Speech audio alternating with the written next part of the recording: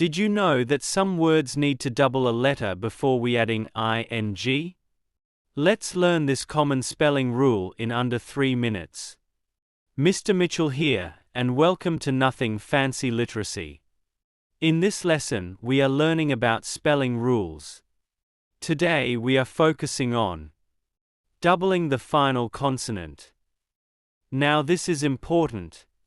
If a word has a short vowel sound before the last letter, we usually double the last letter before adding ing.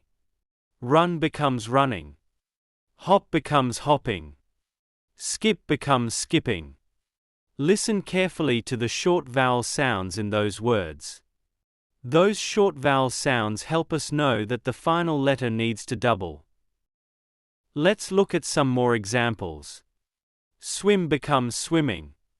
Clap becomes clapping. Grab becomes grabbing.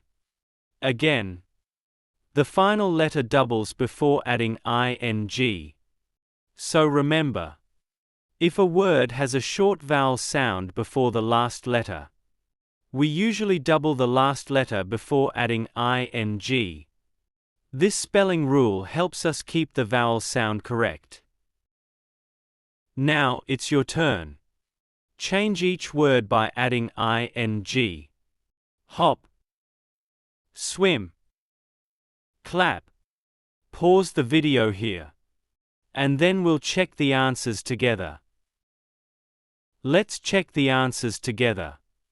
Hop becomes hopping. Swim becomes swimming. Clap becomes clapping. If you got those correct, well done.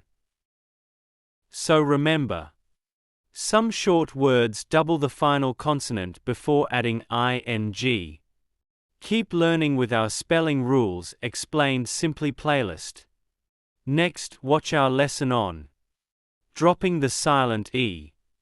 Like and subscribe so you don't miss the next lesson. I'll see you in the next video.